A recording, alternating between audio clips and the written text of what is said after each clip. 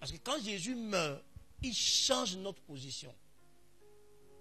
De pécheurs, nous devenons des enfants de Dieu, des fils et des filles de Dieu. Donc, si tu ne comprends pas ça, et que tu es à l'église, juste pour avoir des miracles, tu ne comprends pas pourquoi Jésus est mort. Et tu vois, il y a un verset qui dit, en Romains 1, non pas Romains, Galates chapitre 1, verset 4, que Jésus est mort pour nous arracher du présent siècle mauvais, donc du mauvais siècle. Il nous a arrachés. Donc nous devons comprendre cette œuvre de la croix.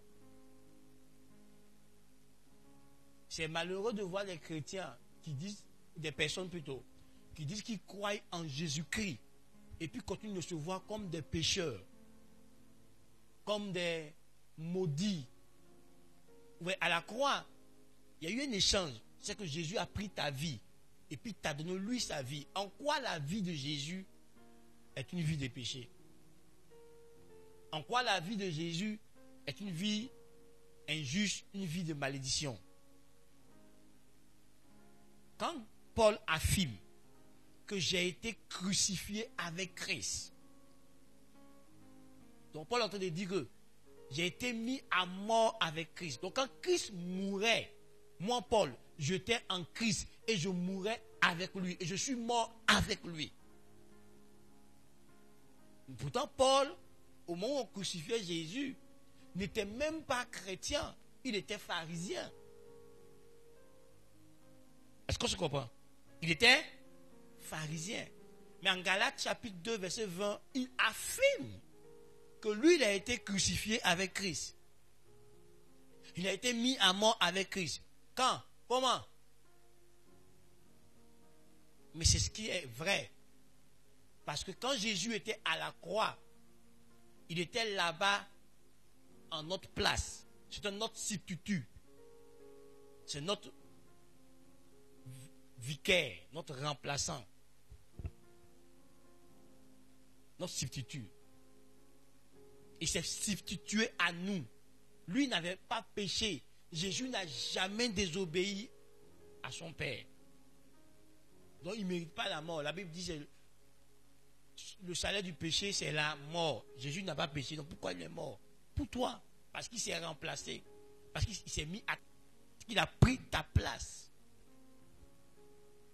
Donc si tu comprends que ton ancienne humanité a été crucifiée, ton vieil homme a été mis à mort. Et tu en lis Romains 6:6. Qui va le lire pour moi? Romains 6:6, rapidement s'il vous plaît. Je vais juste introduire le message. Et demain, après-demain et dimanche, on va vraiment entrer en profondeur. On va le décortiquer. Avec des sous-thèmes. Nous aiderons à bien vous l'expliquer. Les différents orateurs ont fait du bien. 6:6.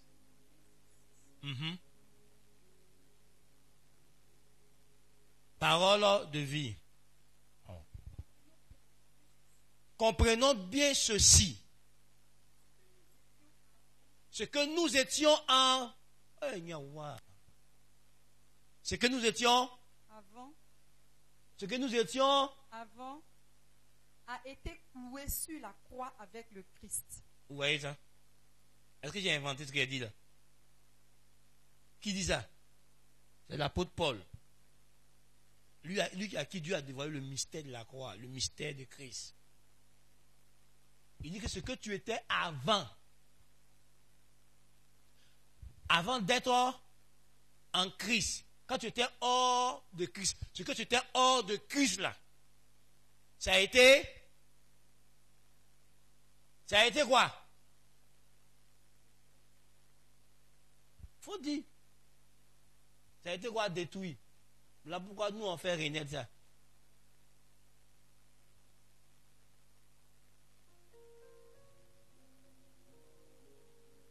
Faut répéter on recommence le verset.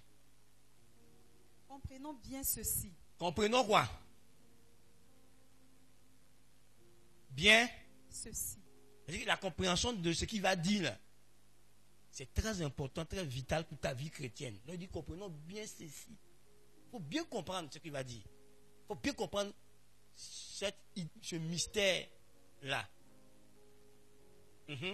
Ce que nous étions avant Uh-huh. a été cloué sur la croix avec le Christ. Uh-huh. Alors, le péché qui fait partie de nous-mêmes Uh-huh. est détruit. Et nous ne sommes plus esclaves du péché. Uh-huh. Amen.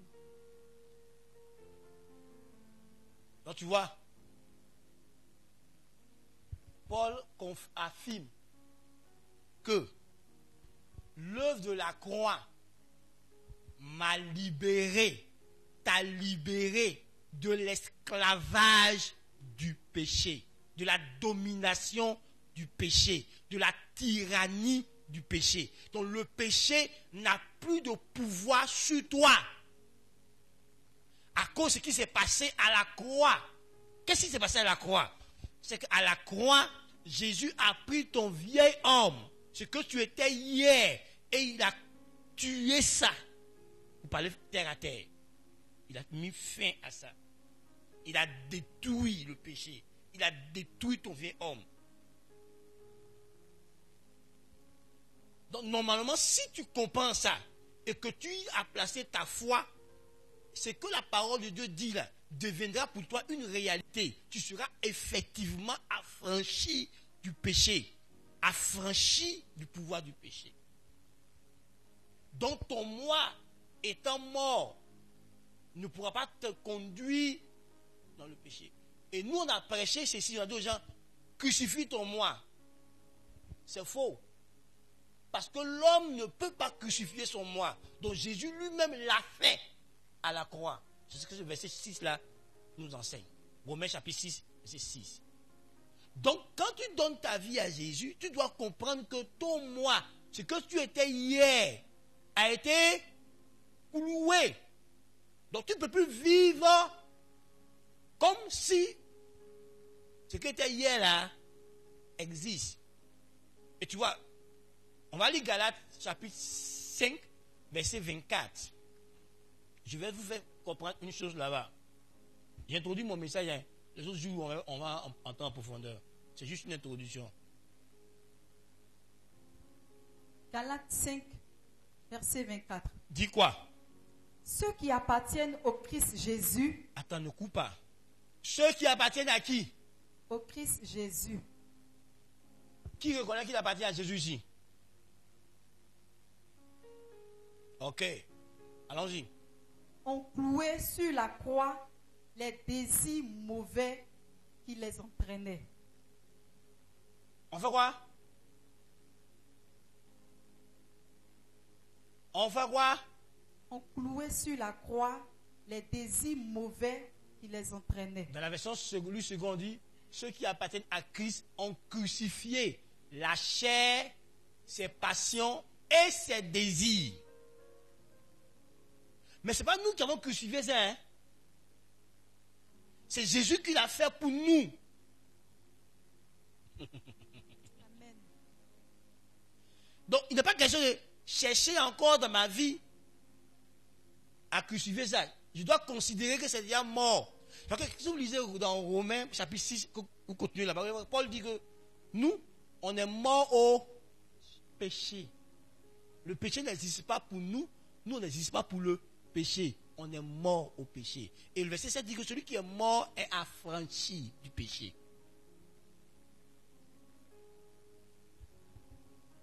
Donc Paul dit, j'ai été crucifié avec Christ. Que si je vis, ce n'est pas moi qui vis. Mais pourquoi? Pourquoi ce n'est pas moi qui vis? Parce que moi je suis déjà... Oh, dis ça. Donc si tu ne te regardes pas comme mort, tu ne seras pas vivant pour Dieu en Christ. Pour que tu sois vivant pour Dieu en Christ, tu dois te considérer comme étant mort au péché. Donc tu dois réussir à t'identifier à la mort de Jésus. Tu dois mettre dans ta tête que la mort de Jésus est ta mort. Que son ensevelissement est ton ensevelissement. que ça remontait, et toi aussi tu as remonté. Donc, tu as été, on a été enseveli avec Christ et ressuscité avec Christ. Donc tu vois, frère, aussi longtemps que tu ne réussiras pas à t'identifier, Jésus-Christ, à commencer par sa mort, jusqu'à sa résurrection et à son intronisation, tu ne comprendras pas la vie chrétienne. La vie chrétienne, il ne s'agit pas de vivre ta vie, parce que ta vie n'existe plus. La vie que tu as, c'est la vie de Jésus. Donc Paul dit, en Galates chapitre 2, verset 20, il dit, j'ai été crucifié avec Christ. Si je vis, ce n'est plus moi qui vis. Qui vit? C'est Christ qui vit en moi. Donc c'est Christ qui vit. C'est pour ça que David dit qu'on a été divinisé. C'est Christ qui vit maintenant en moi. Mon esprit et l'esprit de Christ est dans une union périchorésis, une union indivisible. Nous sommes un. Le un ne veut pas dire un singulier. C'est un pluriel. Ce n'est pas un singulier, c'est un pluriel.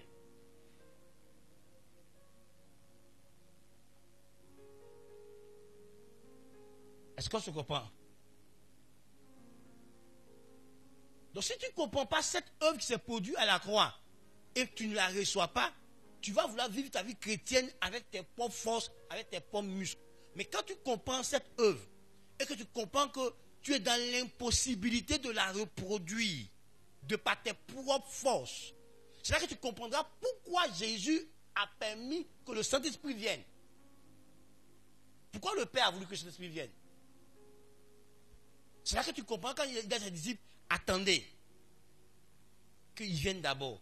Tu ne peux pas vivre la chrétienté sans le Saint-Esprit. Parce que c'est le Saint-Esprit qui te donnera d'expérimenter ce que Jésus a accompli à la croix. C'est pour ça qu'il a dit qu'il prendra ce qui est de moi pour vous le communiquer. Dans l'une des missions du Saint-Esprit, on dit, il prendra ce qui est de moi pour vous faire. Donc celui qui va appliquer l'œuvre de la croix à ta vie, pour que tu vives, tu expérimentes l'œuvre de la croix, et ça te permet de marcher en nouveauté de vie, c'est le Saint-Esprit. Mais pour que lui fasse ça, il faut qu'il te fasse comprendre ce que Jésus a accompli à la croix. Parce que ce qu'il a accompli là, qui est la base sur laquelle opère avec toi, qui est la base sur laquelle Dieu agit avec toi, c'est la base sur laquelle Dieu fonctionne avec toi. Ce que Jésus a fait, c'est sur cette base que Dieu fonctionne avec la nouvelle création dont tu fais partie, je fais partie, parce que nous avons accepté et cru en Jésus-Christ. C'est cette œuvre à la croix qui a établi la nouvelle alliance que Dieu a établie avec la nouvelle création que nous sommes. Donc si tu ne comprends pas cette œuvre, tu ne peux pas marcher avec Dieu. Parce que ce n'est pas cette œuvre-là qui fonctionne. Et dans l'Ancien Testament, il y avait une image des choses à venir. Quelle est cette image? Le peuple d'Israël, ayant désobéi à Dieu, a vu apparaître au milieu d'eux des serpents brûlants qui les mordaient et d'autres perdaient leur vie, mouraient. Alors ils ont dit à Moïse qu'on reconnaît qu'on a péché, pardonne-nous, et dit à Dieu de nous pardonner. Quand Moïse va parler à Dieu, eux ils ont demandé à ce que Dieu enlève carrément les serpents brûlants. Dieu ne l'a pas fait. Dieu a plutôt demandé à Moïse de faire un serpent d'airain. Et peu importe l'endroit où la personne est, s'il est mordu par un serpent brûlant, il doit juste tourner en direction du serpent d'airain par la foi. Et puis il reçoit la guérison, il reçoit la délivrance, il reçoit la vie. Or, le serpent d'airain, c'est Christ. C'est pour dire que l'homme ne peut recevoir la vie qu'en fixant ses regards sur Christ. Or, fixer ses regards sur Christ veut dire avoir confiance en Christ, croire en Christ, croire en ce qu'il est et en ce qu'il a accompli. Parce que ce qu'il a accompli est parfait. C'est pour ça qu'à la croix, lui-même dit, Père, tout est accompli. Le tout là, c'est un tout total. Ça englobe tout. Tout ce qui devait être fait pour que l'homme soit restauré. Moi, Jésus, je l'ai fait. Je l'ai accompli. Je l'ai réalisé. Je l'ai exécuté. Ton plan de rédemption, je l'ai entièrement exécuté. Donc tout est accompli. Il n'y a plus rien d'autre à faire que de croire ce que Jésus a fait.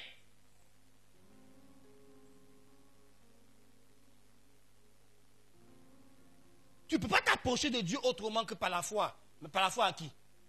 Répondez, c'est par la foi à qui? Nul ne peut t'agréer à Dieu si je n'ai la foi. La foi en qui? C'est Jésus qui te rend agréable devant Dieu. Donc si tu veux vivre ta vie chrétienne en dehors de Jésus, sans être attaché à la personne de Jésus, tu n'as rien compris. Donc tu ne peux pas vivre la restauration dont on parle. Tu ne peux pas vivre tout ce dont on parle. Parce que le point central, le commencement, le fondement, c'est ce que Jésus a fait à la croix.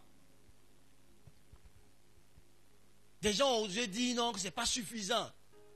Qu'il faut aujourd'hui faire des rituels, des sacrifices, des ceci. Écoutez-moi. Vous pouvez vous adresser à d'autres entités. Mais ce n'est pas à Christ, pas l'entité vraie que vous adressez. Parce que l'entité vraie, le divin, Dieu, il dit que ce que son fils a fait à la croix, c'est suffisant. Toi, tu es en train de n'importe quoi. Et c'est parce qu'on détourne les gens de l'œuvre de la croix qu'il y a des choses qu'on ne vit pas, des choses qu'on n'expérimente pas, parce qu'on ne croit pas ce que Jésus a fait à la croix. Ce sont des faits établis. Et le diable le sait. Le diable sait que par l'œuvre de la croix, tous ceux qui croient en l'œuvre de la croix et qui sont membres du corps de Christ, il n'a aucune autorité sur eux, il n'a aucun droit sur eux, ils ne lui doivent rien du tout. Parce que la Bible dit, il a effacé l'acte dont les ordonnances nous condamnaient et subsistaient contre nous. Il a effacé en le clouant à la croix.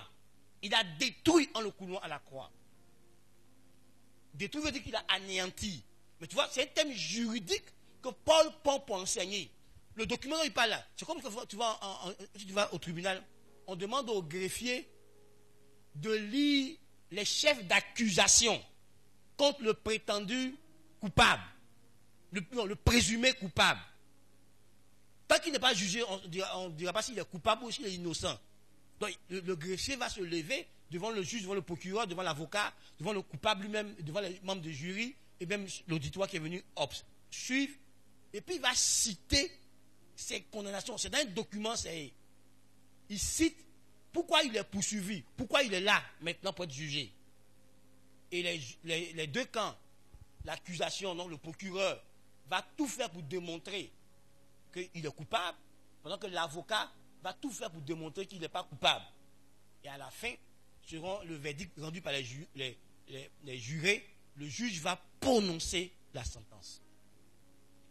Et la Bible dit que ce document-là, que Satan pouvait brandir devant nous là, Jésus, par sa mort, a fait que ce document-là n'existe plus. Il a annulé, il a effacé, il a détruit le document. Ça n'existe plus. Donc il n'y a rien pour te condamner. Donc tu comprends pourquoi Paul écrit en Romains 8:1 qu'il n'y a plus de condamnation maintenant pour ceux qui sont en Jésus-Christ. Maintenant, comment se fait-il que quelqu'un à qui il n'y a plus de condamnation là, on te dit, que Dieu me dit de te dire que ta grand-mère adorait l'eau, et comme elle adorait l'eau, c'est pour ça que tu ne te maries pas. Comme elle adorait l'eau, c'est pour ça que tu n'enfantes pas. Comme elle adorait l'eau, c'est pour ça que tu tournes en rond. On dit tout acte qui pouvait te condamner et qui pouvait subsister contre toi. Jésus l'a effacé, il a détruit à la croix. Et toi, tu crois en ces choses-là. Donc ça veut dire que tu rends la mort de Jésus vaine, tu rends la mort de Jésus inutile, tu rends la mort de Jésus impuissante. Alors que Dieu dit que la mort de Jésus a été suffisante pour lui, Dieu, pour qu'il efface tout ce qui pouvait te condamner, pour qu'il te déclare juste, pour qu'il te déclare innocent, pour qu'il te déclare acquitté, pour qu'il te déclare non coupable à jamais. Parce que Jésus, ton avocat, a réussi à démontrer que tu es innocent. Comment il a fait ça là? C'est lui seul qui connaît. Comment il a fait pour que toi, coupable, tu deviens innocent là? Seul Jésus connaît ça. Mais il a fait. Frère. Donc tu vois, quand tu es en Christ, que tu n'as pas cette information, et que tu crois que les influences de l'adoration de ton grand-père, de ta grand-mère, de tes ancêtres, t'influencent encore, alors que tu es en Christ, il y a problème. La question, c'est de te poser la question, suis-je en Christ? Est-ce que j'ai expérimenté vraiment la nouvelle naissance? Est-ce que j'ai accepté Christ dans mon cœur? Est-ce que j'ai placé ma confiance en la personne de Christ et en son œuvre qu'il a fait? Si tu as la preuve que tu l'as fait, la preuve t'est donnée par la présence du Saint-Esprit en toi. La Bible dit que nous savons que Dieu est en nous parce qu'il nous a donné son esprit. Donc le Saint-Esprit est la preuve que tu es en Christ. Parce que la Bible dit que ceux qui n'ont pas Christ et qui n'ont pas l'esprit n'appartiennent pas à Christ. Tu le trouves dans Romains chapitre 8. Donc si tu as l'esprit de Dieu, c'est la preuve que tu es en Christ. Donc si tu as la preuve que tu es en Christ, que tu appartiens à Dieu, tu appartiens à la famille de Dieu, donc tu as été réconcilié avec Dieu, tu as été pardonné, tu as été justifié. Pourquoi tu acceptes qu'il y a des malédictions dans ta vie, qu'il y a des choses qui encore dans ta vie? Comment tu peux accepter ça? Et comme tu crois ça, est-ce que tu vivras? Parce que la Bible dit que le juste vivra par sa foi. Tu crois quoi? Tu crois que ta grand-mère, tu crois que l'adoration de ta grand-mère t'influence encore. Tu crois que les pactes que tes parents ont tissés, les pactes sataniques, les pactes démoniaques, les pactes ici, t'influencent encore. Tu le crois. C'est pour ça que tu vis des phénomènes. C'est tout. Et le diable, comme c'est un trompeur, c'est un menteur, alors il joue avec ton esprit. Parce que tu crois des choses qui ne sont pas vraies. Mais comme tu y crois, il le fait. Il faut étudier les croyances. Et tu verras qu'il y a des choses, les gens vivent des expériences à partir de leur soi-disant croyances. Et le monde immatériel, le monde des démons, manipule des gens. J'ai vu des gens qui ont dit que Marie leur a apparu. Tu comprends ce que je dis? Qu'elle leur a apparu. C'est la reine du ciel. C'est un démon. J'expliquerai ça dans une autre conférence. C'est pas Marie, elle est dans sa tombe là-bas. Elle attend la résurrection des morts. Quand Christ va apparaître sur le nuée, tout le monde va ressusciter pour le trouver là-bas. Elle attend ça. Elle apparaît à qui?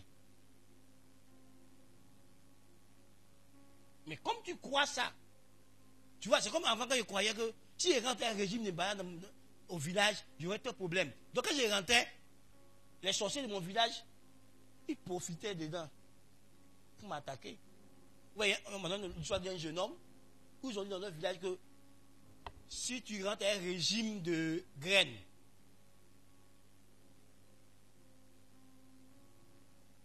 et que tu découpes, tu enlèves les régimes là dans le sein du village. Si tu ne le fais pas hors du village, tu vas avoir les malheurs. Et lui, il a fait semblant. Et il est entré avec le régime. Et puis un autre, c'est-à-dire une autre régime de graines qu'il avait déjà découpé là. Il a mis là et puis il fait semblant. Ils ont vu ça. Oh, le vrai régime là, il a déposé. Il n'a pas touché. La nuit, les sorciers de son village sont venus l'étrangler. Il a fait sortir le régime là. Et puis il a dit, voici, il n'avait pas touché. Donc, vous savez que tu es les gens ici. Pour ça, il a dévoilé leurs œuvres dans son village. Il a dévoilé leurs œuvres dans son village.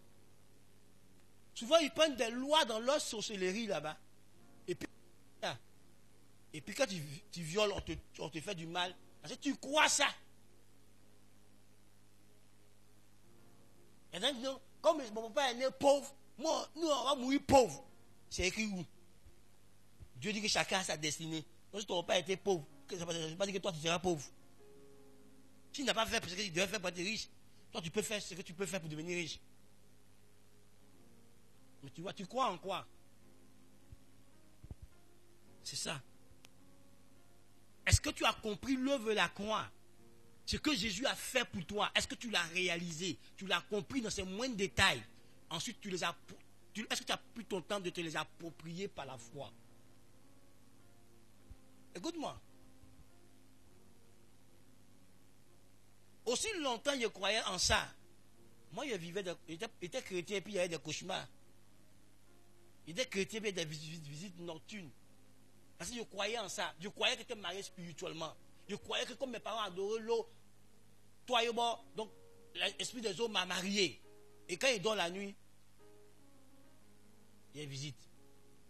Quand j'ai commencé à découvrir le message que je suis en train de prêcher, et que j'ai commencé à accepter que moi je suis en Christ, je suis une nouvelle créature, je suis ceci, je suis cela, je dors, je ne vois plus femme dans mon rêve.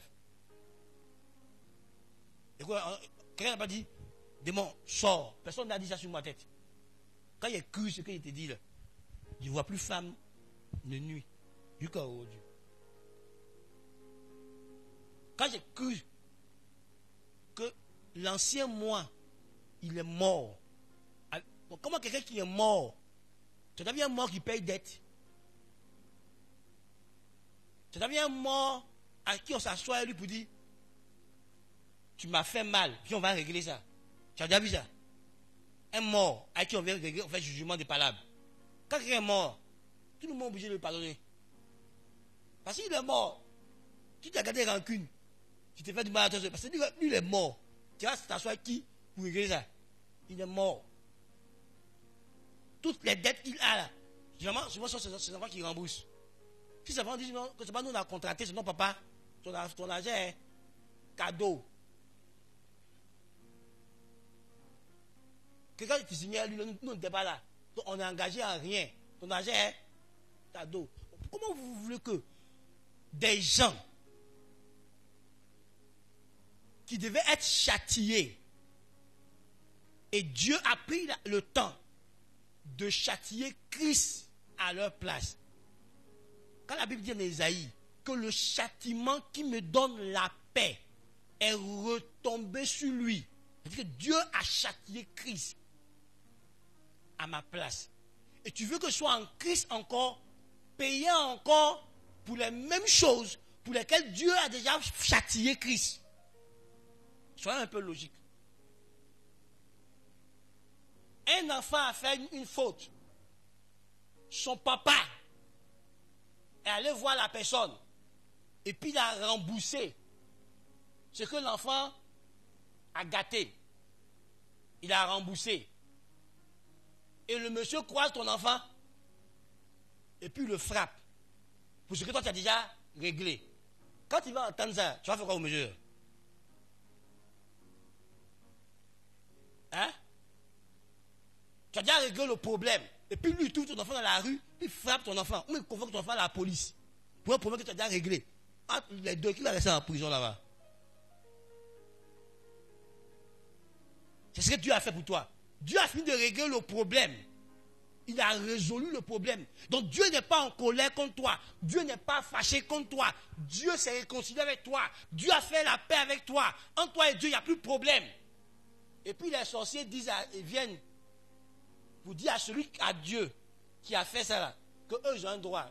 Tu ne vois pas que c'est faux. Donc ils ne disent pas à Dieu, c'est à toi, ils disent ça, parce que tu es ignorant de ce que Dieu a fait pour toi.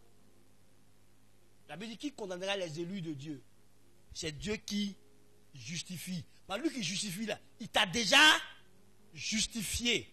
Alors, qui vient te condamner? Mais nous, on accepte des condamnations.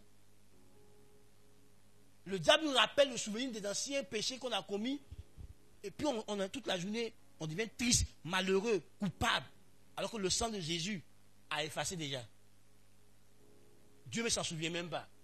Et c'est toi ceux qui sont en train de te tourmenter parce qu'il y a un petit démon qui parle dans ton esprit et tu ne discernes pas que c'est un démon qui te parle pour te tourmenter. Et je ne suis pas en train d'encourager quelqu'un à vivre mal. Hein?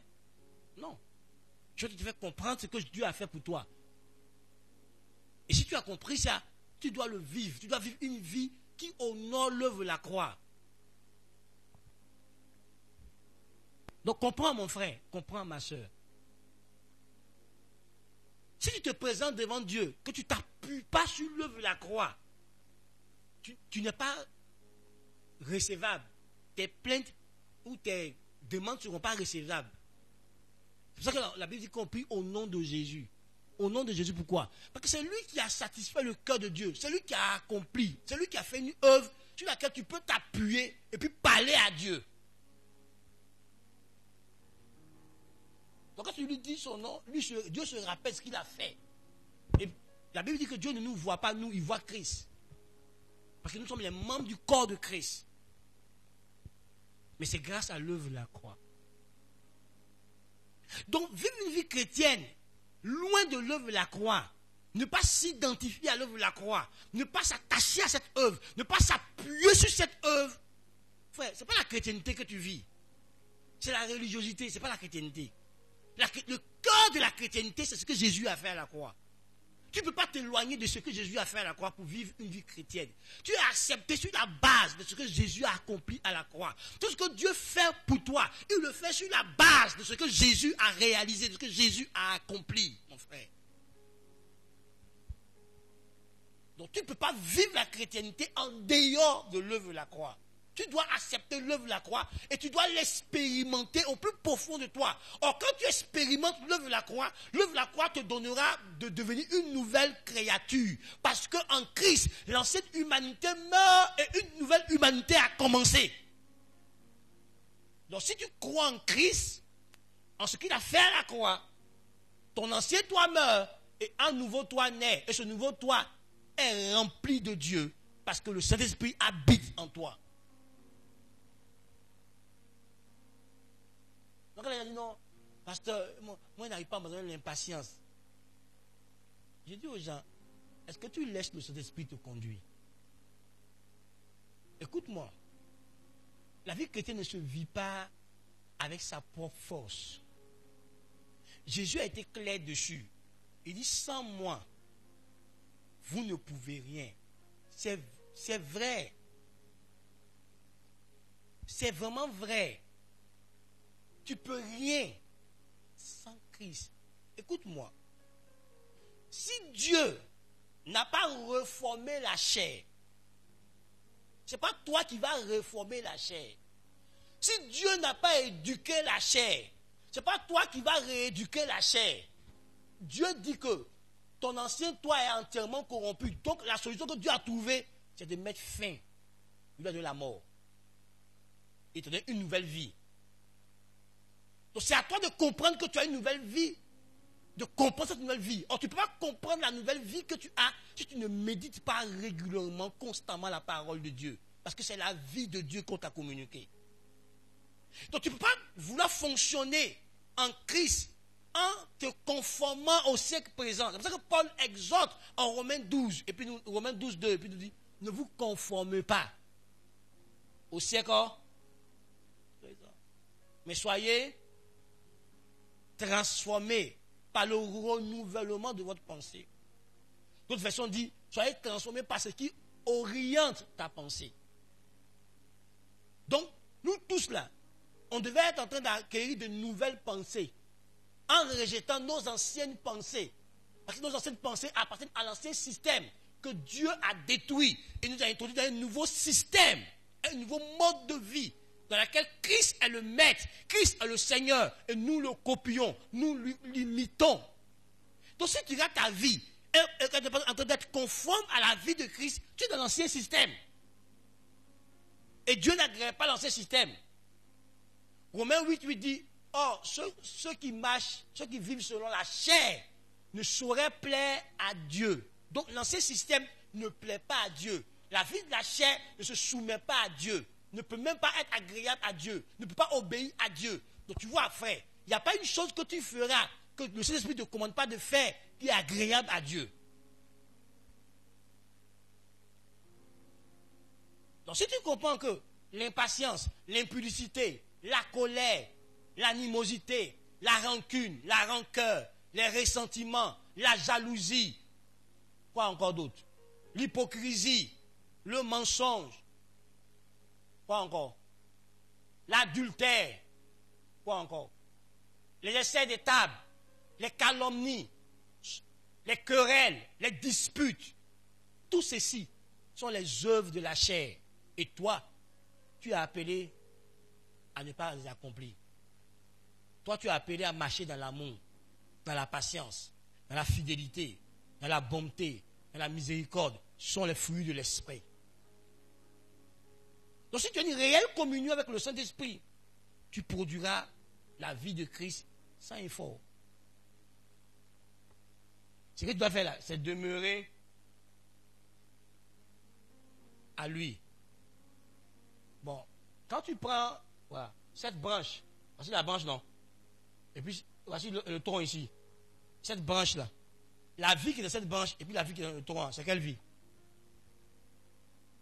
Est-ce que la branche a sa propre vie ou la vie à la branche a la vie du tronc? Hein? La branche a quoi? Du tronc. Maintenant, allez-y dans vos forêts ou vos jardins. Regardez les arbres fruitiers, par exemple. La branche, par exemple, du manguier, porte les mangues. Mais dis-moi, qui produit les mangues que porte la branche? Répondez. C'est quoi? C'est le tronc. Parce que sur le tronc que se trouvent les racines. Or, ce sont les racines qui vont prendre les éléments nutritifs dans le sol pour nourrir les branches. Et qui portent ensuite des fleurs qui deviennent des fruits. Donc, la branche ne fait que porter des fruits. Mais la branche ne produit pas les fruits. Jésus t'a jamais demandé dans sa Bible de produire sa vie. Il t'a demandé de le suivre. Qui produira sa vie, c'est lui qui produira sa vie en toi, au travers de ta communion avec lui. Donc, tant que tu demeures attaché à lui, tu demeures en communion avec lui, Jésus te communiquera sa vie. Et les hommes verront les fruits de la vie de Jésus. Donc, la vie chrétienne n'est pas un effort humain. La vie chrétienne, c'est Dieu qui l'a produit en nous, parce que nous demeurons en communion avec lui. Et Jésus a dit, si vous demeurez en moi, vous porterez du fruit. Il n'a pas dit qu'il faut produire le fruit. Il dit porte. C'est lui qui va le produire. Donc tu vois, si tu es en train de lutter pour vivre la vie chrétienne, tu n'as rien compris de l'œuvre de la croix. Parce que tu es mort à la croix. Si tu t'identifies à la mort de Jésus, que tu laisses Jésus vivre, est-ce que tu pourras... C'est pour ça que quelqu'un a dit, quand tu es en face d'une situation, pose-toi la question. Si Jésus était à ma place, que dirait-il? Que ferait-il? Dans cette situation-là, si c'était Jésus qui était là, arrêté là, à ma place, lui fera quoi? Lui va dire quoi? Et ça doit être ce que le chrétien fait tous les jours. Quand tu es en face d'une situation, pose-toi la question. Si Jésus était à ta place, que ferait-il? Et fais ce que Jésus fera. Dis ce que Jésus dira. Parce que tu es censé l'imiter, marcher dans ses traces. Parce que la vie que tu as, ce n'est pas ta vie, c'est sa vie à lui. C'est pour ça que tu ne peux pas vivre la chrétienté sans une communion permanente avec Dieu.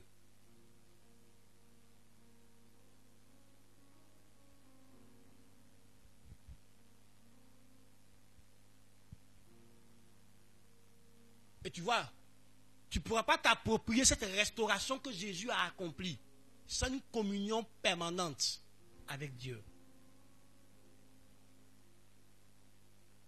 C'est en vivant en communion avec Christ que la restauration, que l'œuvre qu'il a accomplie, tu vas vivre les retombées.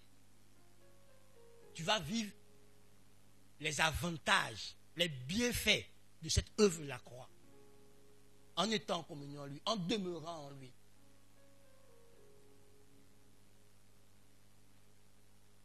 Bien-aimé,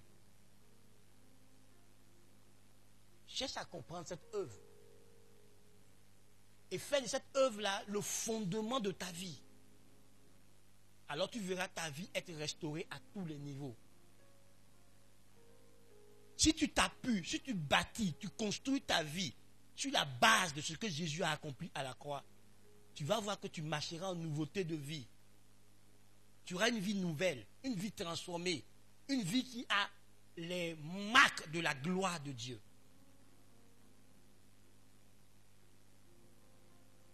Mais tu vois, tu ne peux pas utiliser Jésus pour accomplir tes ambitions à toi. Tu dois accomplir le règne de Dieu. C'est pour ça que quand Jésus s'est révélé à Paul, Paul lui a posé la question, tu veux qu'il fasse quoi? Bon, comme lui il avait un arrière-plan juif, il savait au moins que quand Dieu se révèle aux gens, c'est parce que Dieu a quelque chose à leur confier. Nous, on ne sait pas où. Donc même quand Dieu s'est révélé à nous, on a voulu continuer, on a eu pour nous l'opportunité d'accomplir nos rêves, nos ambitions. Mais tu vois, Dieu, en Christ, il t'a sauvé et il a fait de toi son ouvrage pour que tu accomplisses des bonnes œuvres que lui, il a déjà préparées. C'est Éphésiens 2, verset 10. Car nous sommes l'ouvrage de Dieu en Christ. Donc tu devais passer ton temps à découvrir ces bonnes œuvres et à les exécuter chaque jour de ta vie, jusqu'à ce que tu quittes la terre. Le chrétien doit consacrer le reste de son existence à accomplir la volonté de Dieu, à accomplir ce que Jésus a préparé pour lui et qu'il doit exécuter jusqu'à ce qu'il quitte la terre.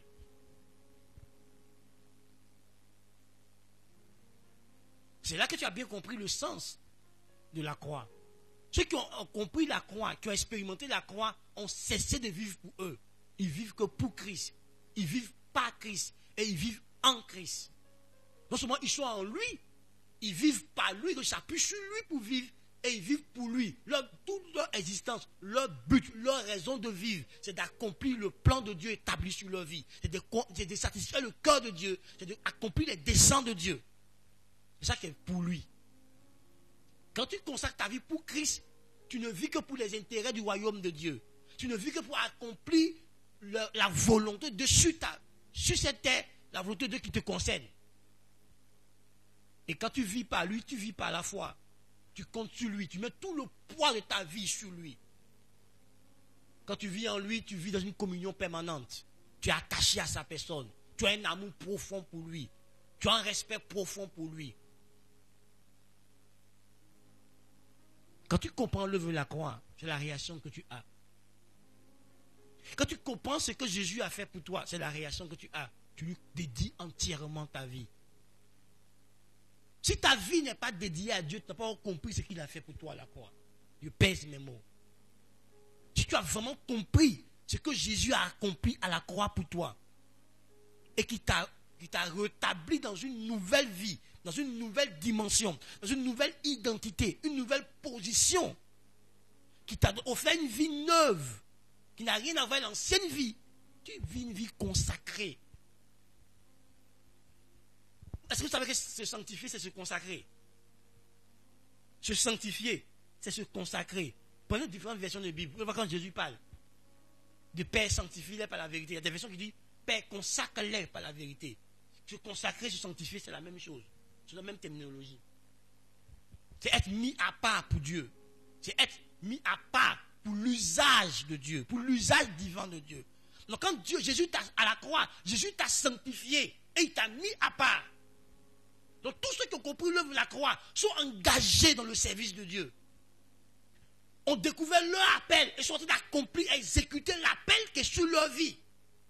Si tu as compris l'œuvre de la croix, tu deviendras serviteur et servante de Dieu.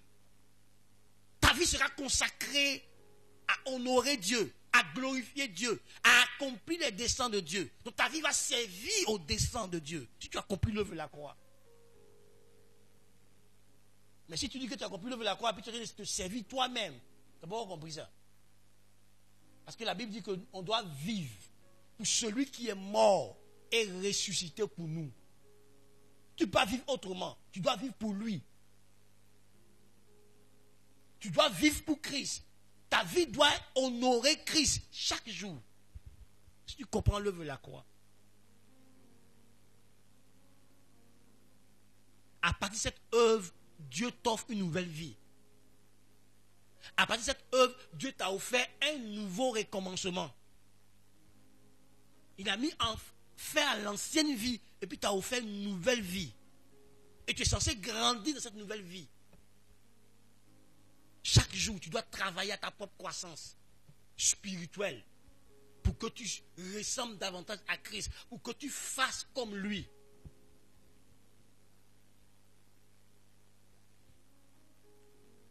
Il a été injurié, il n'a pas répondu par menace. Et tu as appelé à faire ça. On t'injure, tu dis merci. Tu ne menaces pas. Tu ne rends pas.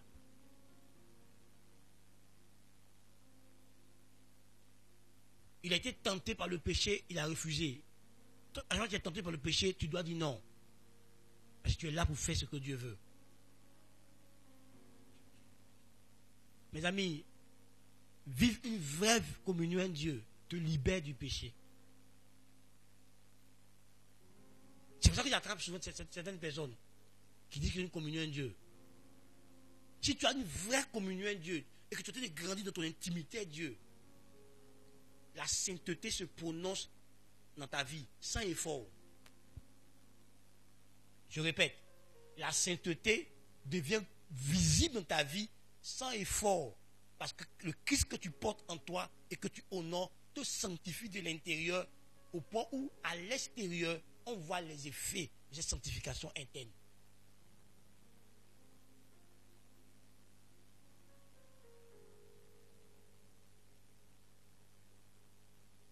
Parce que si tu donnes un bon cœur, et on dit que chaque homme tire de son cœur le trésor qui est là-bas. Si ton cœur est mauvais, tu tireras un mauvais trésor. Si ton cœur est bon, tu tireras de ton cœur un bon trésor.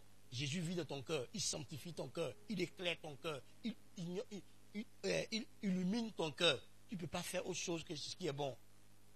Est-ce que vous savez pourquoi on posait des actes de péché? Parce qu'on était pécheurs. Écoute-moi bien. On posait des actes de péché parce qu'on était... Mais si je suis plus pécheur que si je deviens saint, je dois poser quel genre d'acte? Les actes d'un...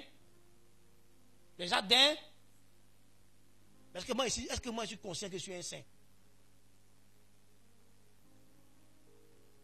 Est-ce que je suis conscient que je suis un saint? C'est quand je prends conscience de ce que Jésus a fait pour moi à la croix, que ma conscience sera éclairée et affranchie, parce que la Bible dit que le sang de Jésus purifie ma conscience de toute œuvre morte.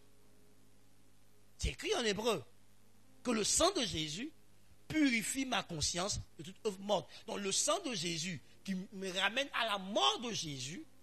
Donc la mort de Jésus m'a donné une nouvelle conscience. La mort de Jésus a libéré ma conscience. La mort de Jésus a affranchi ma conscience. Donc quelqu'un qui a une conscience affranchie ne peut pas marcher dans les choses qui ne n'ont pas Christ. Donc si tu as une vraie communion avec Dieu, si tu as vraiment établi ton accord avec Dieu, que toi et Dieu êtes d'accord, que tu es d'accord avec Dieu pour vivre la vie que Dieu a voulu pour toi, pour le suivre, tu es d'accord dans ce mariage avec Dieu, tu es entré en alliance avec Dieu, ou tu as accepté l'alliance que Dieu a établie par le sang de Jésus, et que tu as été introduit dans cette alliance, et tu marches pour honorer cette alliance, tu ne peux pas dire des choses ou faire des choses qui déshonorent Jésus. Vous voyez, quand ce que tu as dit le jour de ton mariage, ce que tu as dit à ta femme dans le secret, jusqu'à ce que vous vous mariez, tu l'oublies. Les engagements que tu as pris vis-à-vis d'elle, tu la trahiras. Tu la décevras. Parce que tu as oublié ce par quoi tu t'es engagé vis-à-vis d'elle. Mais quand tu le sais et que tu l'honores, le divorce est très loin de ta maison. Quand elle aussi honore ce qu'elle t'a dit, le divorce est très loin de votre maison. Mais si vous oubliez vos engagements, le divorce arrive à petits pas. Parce que vous n'êtes pas en train d'honorer l'engagement que vous avez pris l'un vis-à-vis de l'autre, de vous aimer, de vous respecter, de vous soutenir mutuellement, de vivre ensemble, de construire ensemble, de faire ceci ensemble. C'est ça le mariage. D'affronter la vie ensemble, de rester ensemble dans la même direction, de marcher des mêmes pas, de partager les mêmes sentiments. Et que chacun maintenant dans le foyer est en train de vouloir accomplir son intérêt contre l'autre, ça détruit le foyer. Donc si tu as oublié l'engagement que tu as pris de vivre pour Dieu, de marcher avec Dieu, de renoncer à ton ancienne vie et de vivre la vie de Christ, à chaque fois que tu vas retourner vers ton ancienne vie, il y aura conflit entre toi et Christ. Mais ce n'est pas l'accord qui existe entre vous. Donc ceux qui ont compris ce que Jésus a fait pour eux, vivent dans la sainteté. On ne les force pas, on ne les poursuit pas. Ils sont juste conscients de l'amour de Dieu qui les a rachetés de leurs fautes, Donc il demeure dans l'amour de Dieu.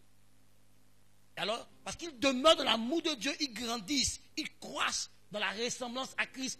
Et la manifestation de la vie de Dieu est visible chez eux. Frère, on ne fait pas d'effort. On demeure en lui. C'est là l'effort, peut-être.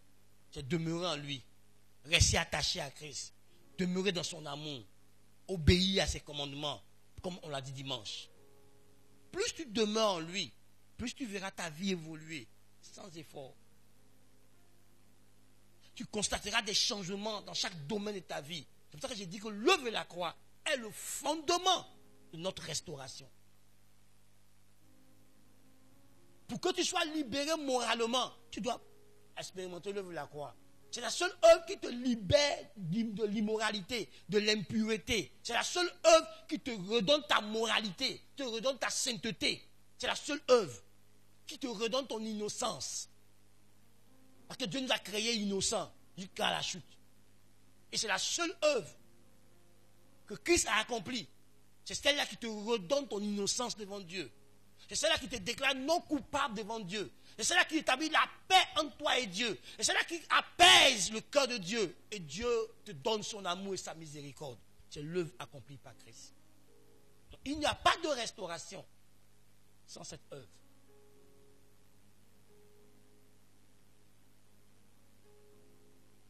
Donc si tu n'as pas fait de l'œuvre de la croix le fondement de ta vie, je t'invite à le faire. Appuie-toi sur l'œuvre de la croix dans tous les domaines de ta vie. Si le diable vient t'accuser en disant que ton grand-père adorait l'autre, dis au diable, Jésus est mort pour moi. Ça suffit. Il sait ce que ça signifie. Si un ancien péché veut venir te culpabiliser, rappelle au péché là que Jésus est mort pour toi. Il a porté tes péchés à la croix. Et il t'a pardonné. Si un chrétien veut t'accuser, dis au chrétien là, Jésus est mort pour toi. Il n'a qu'à arrêter de t'accuser. Jésus a déjà effacé tes péchés. Il n'a qu'à arrêter de chercher le sourire de tes péchés pour les ramener. Tu es une nouvelle créature. Tu es en Christ. Vous voyez, je suis en train de prier et puis j'entends une voix qui me dit, toi là, tu n'as pas le droit d'être riche. Et j'ai répondu, et pourquoi? Il a commencé à citer des choses. Puis il a dit, moi, je suis riche. Je suis en Christ. Je suis une nouvelle créature. Je ne te dois rien. La voix assaissie en même temps. Parce que quand il a dit que je marche dans la sainteté, que tu as trouvé quelque chose pour dire. Il a dit, Christ est mort pour moi et ressuscité pour moi. Point. Et je crois en ça. La voix, c'est tu. C'est sur cette base que j'ai été libéré. Cette base que j'ai été affranchi. C'est ce que Jésus a fait. Sa mort et sa résurrection. Donc, comme j'ai dit que c'était l'introduction, je vais m'arrêter là. À partir de demain, on va décortiquer pas à pas. Mais il faut comprendre, frère. Si tu ne fondes pas ta vie sur ce que Jésus a fait, tu n'es pas d'accord avec Dieu. Parce que Dieu dit que c'est ce que Jésus a fait. C'est ça qu'il lui veut. C'est ça qui est bon. C'est ça qui est parfait. Et qui a accompli son plan. Donc si tu bâtis ta vie sans ça, je te demande de revenir. C'est pour ça qu'il faut prier pour que ton intelligence spirituelle puisse comprendre avec exactitude l'œuvre de la croix. Et que tu puisses l'accepter et y croire fermement, sans douter. Et quand tu vis ta vie chrétienne sur la base de cette œuvre, aucun démon n'a le pouvoir sur toi. Est-ce que tu me comprends? Quand tu vis ta vie chrétienne sur la base de cette œuvre-là, aucun démon, même Satan lui-même n'a pas le pouvoir sur toi. Pourquoi il déclare ça? Colossiens 2,15 dit, il avait quoi? Colossiens 2,15. Les chrétiens là, Colossiens 2,15.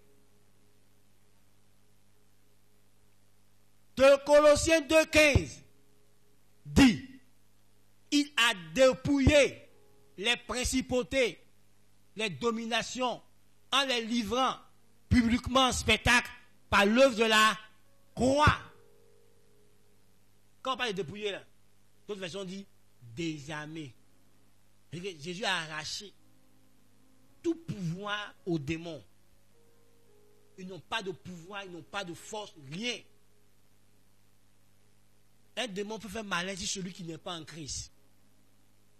Mais si tu es vraiment en Christ, aucun démon n'a le pouvoir sur toi. Au contraire, c'est toi qui as le pouvoir sur eux. Quand tu comprends l'œuvre de la croix, tu comprends que Satan n'a pas de pouvoir sur toi, mais c'est toi qui as le pouvoir. C'est pour ça que la Bible dit, au nom de Jésus, nous chasserons les démons. Elle dit, voici, vous avez le pouvoir de marcher chez les serpents et les scorpions, et sur toute la puissance de l'ennemi, rien pour vous nuire. Donc tu vois, si Satan lui-même en personne n'a pas de pouvoir sur moi, si tous les démons à son service n'ont pas de pouvoir sur moi, est-ce que ce sont les hommes à son service qui ont pouvoir sur moi? Donc pourquoi tu as peur de sorciers? Tu as peur des mystiques. Parce que tu ne comprends pas l'œuvre de la croix. L'œuvre de la croix les a rendus sans âme, sans force, en face d'un vrai chrétien. C'est pour ça que la Bible dit qu'un chrétien qui est bébé, il a vaincu tout dans le monde. 1 Jean 4,4 dit, et vous petits enfants, vous avez vaincu, vous les avez vaincus, car celui qui est en vous est plus grand que celui dans le monde. Un bébé spirituel a déjà vaincu le diable, a déjà vaincu les faux. Donc ce n'est pas un géant, un mature, un père dans la foi qui va tomber devant les démons. Donc tu vois mes amis, tu vois, quand tu connais ce que Jésus a fait pour toi, tu dors la nuit en sécurité, tu te lèves en sécurité toute ta journée, tu avances. Même quand tu fais un rêve où il y a les sorciers, tu dis aux sorciers là, dégage, et puis tu te recouches. Parce que tu sais en qui tu as cru. Tu sais ce que celui en qui tu as cru, ce qu'il a fait pour toi. Vous n'avez pas vu souvent les enfants qui sont conscients que leurs parents ont préparé des choses pour eux, on fait un héritage. Quand tu parles, il dit que lui, il sait qui il est. Lui, il ne va pas souffrir, son papa a fait ça, c'est pour lui. Parce que toi, tu sais ce que ton papa a fait pour toi. Qu'est-ce que tu sais de ce que Jésus a fait pour toi? Qu'est-ce que tu sais de ce que Jésus a accompli pour toi? C'est pour ça que je peux m'arrêter dans mon combat spirituel et puis dire, toi, esprit de famille, tu ne peux rien contre moi. Parce que Jésus est mort à la croix pour moi, donc je te donne de quitter sur mon chemin. Je peux le déclarer, parce que je sais en qui j'ai cru. Je peux m'asseoir et dire, hôtel familial, tu n'as pas le droit de manipuler, d'influencer ma destinée. Sur la base de ce que Jésus a fait pour moi, je détruis ton influence. Et puis je sais ce qu'il dit là, ce qui va se produire. J'ai arrêté sur l'hôtel de Christ. Un hôtel que je n'ai pas bâti, que Christ a bâti pour moi. Tu vois, quand on dit non, ils ont fait un envoûtement, puis ça m'a pris. Ils demandent aux chrétiens, de quoi vous parlez? Parce que même Israël, qui n'était pas encore dans la nouvelle alliance là, on ne pouvait pas les envoûter.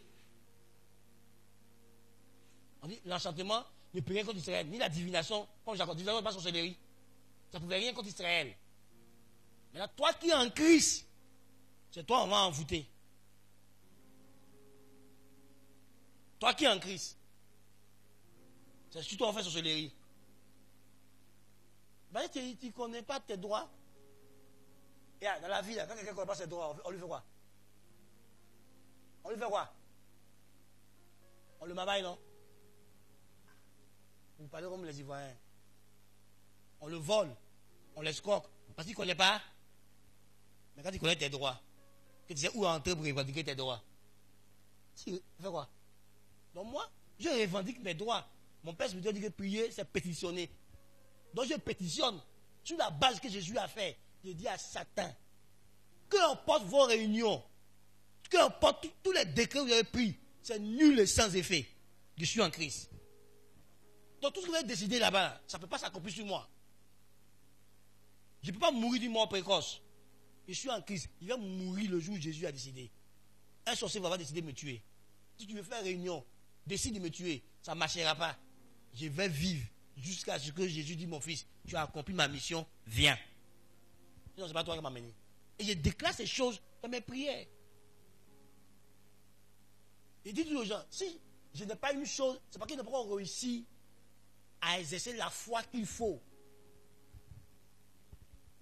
Comment il n'y a pas une chose dans ma vie, c'est que honnêtement, je n'ai pas réussi à saisir ça par la foi, à prendre ça par la foi.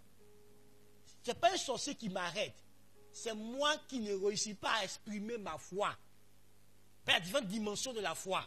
Donc quand il n'arrive pas à exprimer une des dimensions qui nécessite pour que la chose se manifeste, c'est ça qu'il travaille. Il travaille sur les sorciers. Pour moi, c'est une perte de temps de travailler sur les démons et les sorciers. Il travaille sur moi, sur ma communion avec Dieu. Parce que ma Bible dit, si Dieu est pour moi, qui sera contre moi? Donc si, tant que Dieu est d'accord avec moi, que 1000 se lèvent, 10 000 à ma droite, 1 milliard contre moi, je sortirai vainqueur parce que Dieu est avec moi. Donc, je travaille pour que Dieu soit avec moi. Je travaille pour que ma communion avec Dieu soit fluide. Que Dieu soit d'accord avec moi. Que Dieu soit fier de moi. Tant que Dieu m'approuve dans le chemin où je m'en vais, peu importe les obstacles qui seront en face, Dieu les lèvera parce qu'il m'approuve dans le chemin. C'est pour ça que je m'ai su apprendre un chemin, apprendre une direction où Dieu est. Parce que quand Dieu est avec moi, je suis plus fort. Tant que Dieu est là, tu ne peux pas me battre. La Bible dit avec Dieu, vous ferez des exploits. On ne va pas dire avec le monde, on dit avec Dieu. Donc il faut t'assurer que chaque chemin que tu empruntes, Dieu est avec toi. Dans chaque combat que tu es en train de mener, Dieu est avec toi. Dans chaque décision que tu es en train de prendre, Dieu est avec toi. Quand Dieu est avec toi et qu'il y a des obstacles, Dieu te montre comment surmonter les obstacles, comment vaincre les blocages, comment lever les circonstances ou avancer. Vous prenez des décisions sans Dieu. Vous n'avez pas compris qu'à la croix, on ne vit pas pour soi, on vit pour Dieu. Tu es censé être un instrument de la gloire de Dieu. Tu t'engages dans les choses sans consulter l'Éternel. Tu veux vivre ta propre vie. Quand tu as compris le de la croix, tu ne vis plus ta propre vie, tu vis la vie de Christ. La vie que Christ a prévue pour toi. Tu marches, tu cherches Dieu pour découvrir cette vie et marcher dans cette vie. Je t'en prie. Arrête de dire moi à gloire. Il faut dire moi Christ. Parce que tu as un Christ en miniature. Le Christ vit en toi. Honore-le par ta vie. Affronte la maladie avec Christ. Affronte chaque circonstance de ta vie avec Christ. Tu sortiras triomphant. Car ceux en qui Christ vit sont toujours triomphants. Prends tous les défis de ta vie, confronte-les à l'œuvre de la croix. Parce que l'œuvre de la croix est la solution de Dieu à tous les problèmes des hommes. À la croix, Dieu a réglé tous les problèmes des hommes. Problèmes spirituels, problèmes psychologiques, problèmes physiques. Il a réglé ça. Pourquoi il dit ça? La Bible dit, il a pris nos péchés. La Bible dit, il s'est chargé de nos douleurs et de nos afflictions. Douleur et affliction, c'est quoi? C'est lié à quelle partie de l'homme? Quelle partie de l'homme? Non. Les émotions, l'âme. Maintenant on dit, il a pris nos maladies. C'est quelle partie?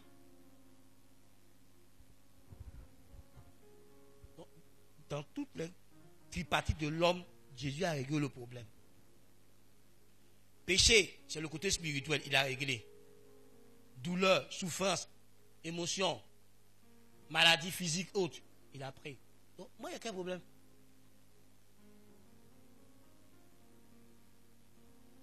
Donc, tu vois, il n'y a pas une dimension de l'homme que Jésus à la croix n'a pas traité. C'est pour ça que quand on porte ton problème, si tu viens à la croix, une parole sortira de là-bas pour te donner la solution du problème. Tu as problème avec tes émotions, cherche Dieu. Il te donnera des paroles dans la Bible qui vont guérir tes émotions, qui vont libérer tes émotions.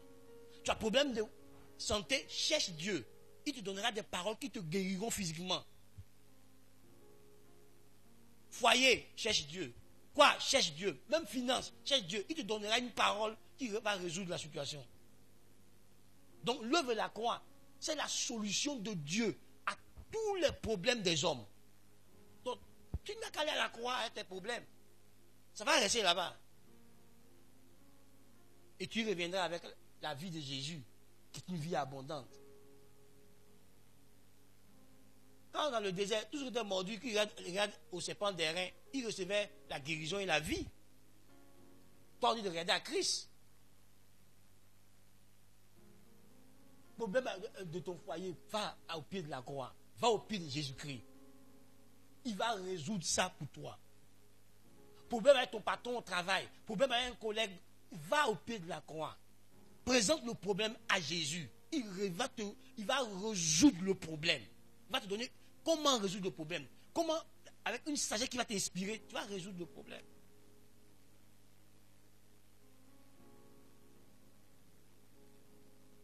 Donc allons-y à la maison et réfléchissons.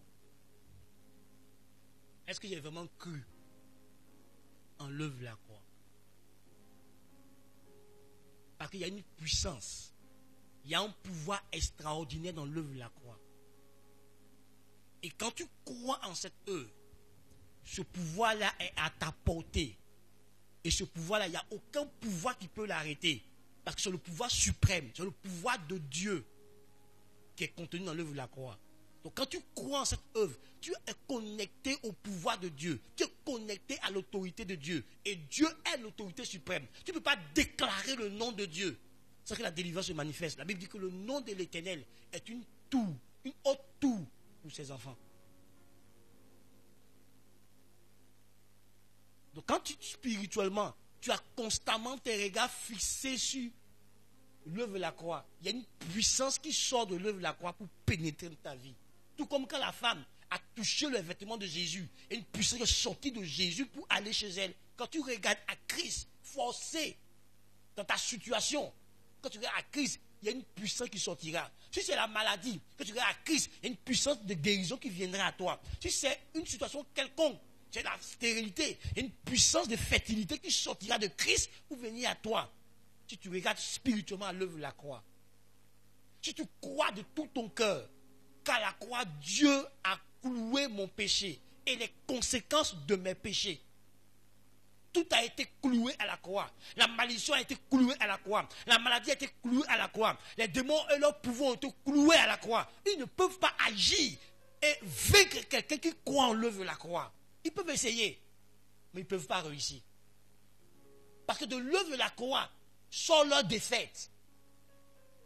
Face à l'œuvre de la croix, tous les puissants des ténèbres sont impuissants. Ils ont été dépouillés par Christ. Donc tu ne peux pas t'arrêter sur cette œuvre et déclarer des paroles contre le monde des ténèbres, et puis le monde ne va pas exécuter. Parce que cette œuvre-là, tu n'es plus un pécheur. Tu as été rétabli dans ta dignité de fils de Dieu. Donc quand tu parles au monde des ténèbres, tu parles en tant que fils de Dieu. Et quand le fils de Dieu parle, le monde des ténèbres obéit. Quand le fils de Dieu parle à la nature obéit. C'est toi qui ne comprends pas dans quoi Dieu t'a placé. C'est toi qui n'as pas encore réalisé où Dieu t'a positionné. Quand Jésus parlait à l'eau, au vent, à la tempête, ils obéissent parce que c'est le Fils de Dieu qui a parlé. Quand Jésus parlait aux démons, ils obéissent parce que c'est le Fils de Dieu qui a parlé. Et Dieu t'a fait de toi son Fils. Au même titre que Jésus, la Bible dit que tu es héritier de Dieu et co-héritier à Christ. Tu es au même titre dans la tête de Dieu. Tu es le Fils, tu es son Fils, tout comme Jésus est son Fils. Donc il t'a donné les mêmes droits que Jésus-Christ.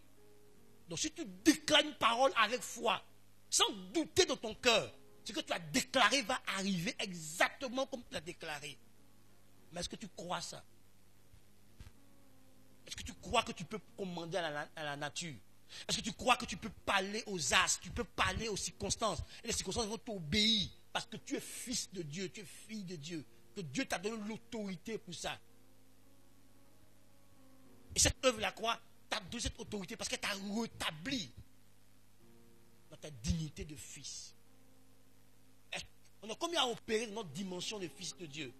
On est combien à être conscient que nous sommes des fils de Dieu? Et que c'est en tant que fils de Dieu qu'on nous demande de fonctionner sur la terre. La terre attend la révélation de qui? Des fils de Dieu. Et tu es censé fonctionner sur la terre en étant fils de Dieu. Et tu dois marquer la terre. Donc ton dévoilement de fils de Dieu doit marquer la terre. Et Dieu, il y a des choses que Dieu te dit dans ta communion, dans ton intimité à lui. Et puis toi, tu opères dans ce monde terrestre en son nom. Tout comme Jésus le faisait. Et la gloire revient à Dieu. Et l'œuvre de la croix t'a établi dans une dimension plus grande que tu n'imagines pas.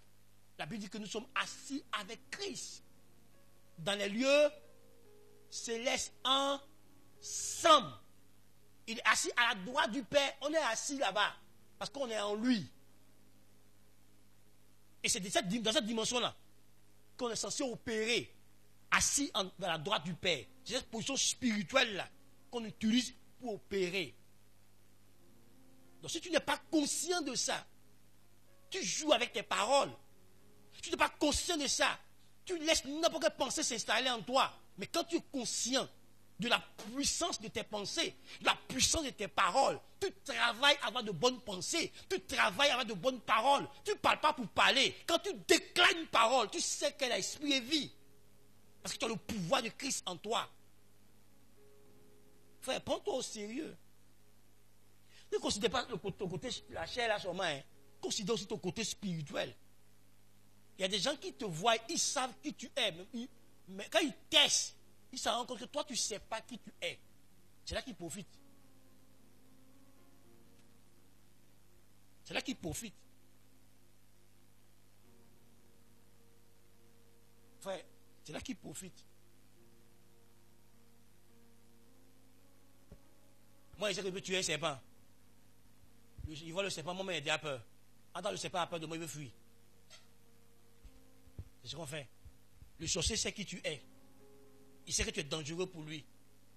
Mais il teste pour voir si toi tu es conscient de ça. Et quand il découvre qu'il n'est pas conscient, il te manipule, il joue avec toi. Écoute-moi. Si tu es conscient de qui tu es, tu sauras que quand tu arrives dans n'importe quel endroit, dès que tu mets ton pied dans l'endroit, toi, tu changes l'atmosphère spirituelle de l'endroit. Ta seule présence change l'atmosphère spirituelle de l'endroit. Est-ce que tu crois ça? Ça. Souvent, vous voyez, non, lui, là, il n'a rien fait. Il me lance des pics, il me provoque, il m'attaque. Ta seule présence dérange les mauvais esprits qui sont en lui, là. Pourquoi il a agité? Donc, s'il est sorcier, il te lance des paroles parce qu'il veut t'attaquer.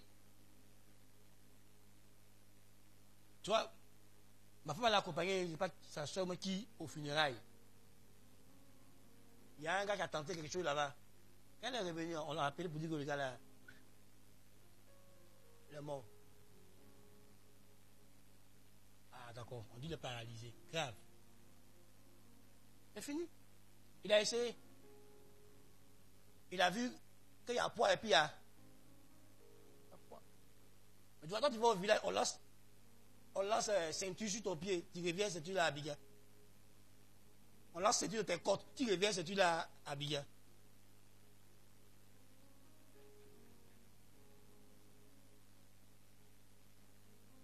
Aïe! Non, frère, sérieux.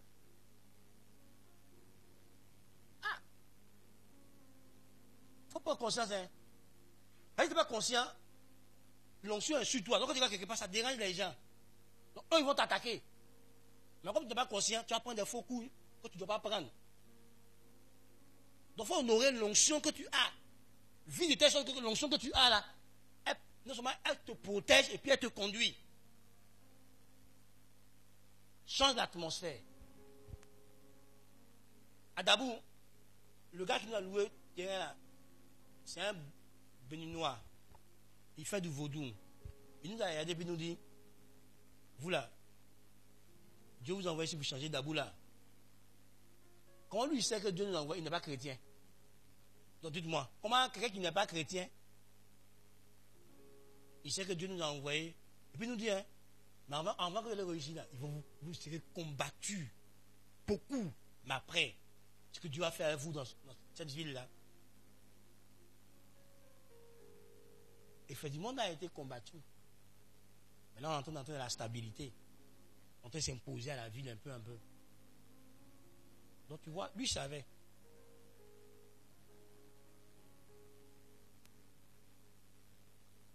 Comment il sait ça? C'est lui qui sait.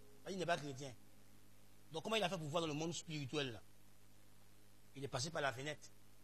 Donc ne croyez pas que c'est vous qui voyez dans le monde spirituel. Hein? Il y en a qui voient. Donc quand il arrive comme ça, il dit, la fille là, si elle fait tout pour sortir elle, ma vie sera stable. Toi, il t'envoie 100 000, 200 000, 300 000, 500 000. Tu vois que tu es joli. Pas que tu es joli. C'est ton étoile qui est belle. C'est l'étoile dans l'étoile là qui veut puiser. Il fait tout pour ton ami. Au service. Mon frère, alors déjeuner ensemble, moi, je choisis mes amis. Tu ne me choisis pas comme ami. Je te choisis comme ami.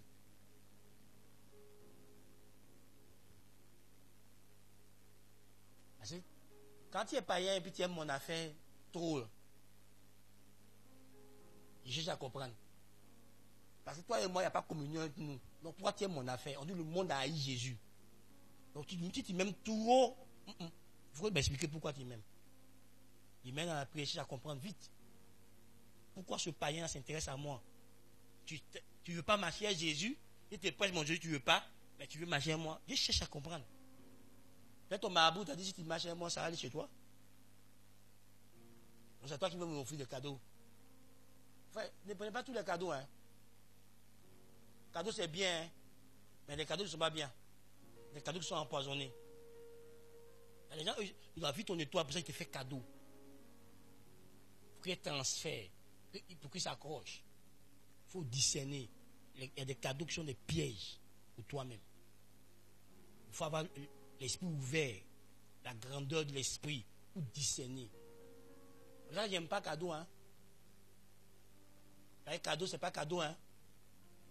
Il y a des cadeaux là, ça peut te détruire. Vous les chrétiens, vous aimez tout les gratuit. Tout est gratuit. On va tout t'offrir. Ils vont t'offrir et puis tu vas te offrir. Tu vas voir. Ils vont t'offrir et toi-même ils vont prendre. Il faut apprendre à te battre toi-même avec la grâce que tu as. Elle fonctionne. Elle marche. Les choses vont s'ouvrir pour toi. N'accepte pas la voie de la facilité. Lève la croix, ça ne te met pas dans une voie de la facilité. Parce que quand tu acceptes la croix, quand tu acceptes d'identifier à la croix, tu portes la marque de Christ. Alors la Bible dit que le dragon est venu sur la terre animé d'une grande contre qui? Contre ceux qui gardent la parole de Dieu et le témoignage de Jésus. Donc nous qui avons accepté le témoignage de Jésus, là, nous sommes en guerre. Le monde des ténèbres nous en veut. Le monde des ténèbres est furieux contre nous. Parce qu'ils savent que nous seuls, on peut entrer dans un endroit. Et puis leur règne qu'ils ont établi pendant des années, on peut le détruire en 1 heure. On peut changer les donnes en 1 heure. Donc tu vois, si tu vois que tes cousins te détestent, les membres de ta famille te détestent, il ne faut pas chercher loin. C'est l'esprit des familles qui les tient en captivité, qui anime leur corps contre toi, pour qu'ils ne t'écoutent pas, pour qu'ils ne t'écoutent pas, pour qu'ils ne t'observent pas. Parce que si tu écoutes, ils t'observent, la lumière qui est en toi va entrer en eux. Vous devez être heureux quand vous êtes persécuté à cause du nom de Christ. Si l'esprit de gloire repose sur toi, tu connaîtras des persécutions. Je te montrerai le verset demain. Si l'esprit de gloire repose sur toi, tu connaîtras des calomnies. Des gens vont prendre le malin plaisir d'inventer des choses pour salir ta réputation. Ils vont te combattre. C'est l'esprit de gloire qui fait ça. C'est écrit dans la Bible. Je te le montrerai demain, comme à venir. Non, ici, moi, je ne comprends pas aussi détester. Il y a quelque chose qui dérange. Parce que tu dégages une atmosphère qui détruit les œuvres des ténèbres. Rappelez-vous, on dit Pierre passait. Et son ombre fait quoi? Et chassait. Ce n'est pas tous les jours nous on dit de mon sort. Hein? Ta seule présence, quand tu arrives quelque part, ça impose quelque chose, ça laisse quelque chose. La Bible dit que si tu rentres dans une maison, que tu déclares la paix de Dieu, donc le shalom de Dieu, et que la maison est digne, qu'est-ce qui va se passer? Qu'est-ce qui se passe? On dit la paix là s'attache à cette maison. Donc, comprenez ça. Quand nous on rentre quelque part, on change l'atmosphère. Donc le sorcier, l'homme fort qui est là-bas, là, pourquoi tu ne veux pas qu'il te fasse malade? Pourquoi tu ne veux pas qu'il te chasse de celui? Ta seule présence en train de gâter ses affaires.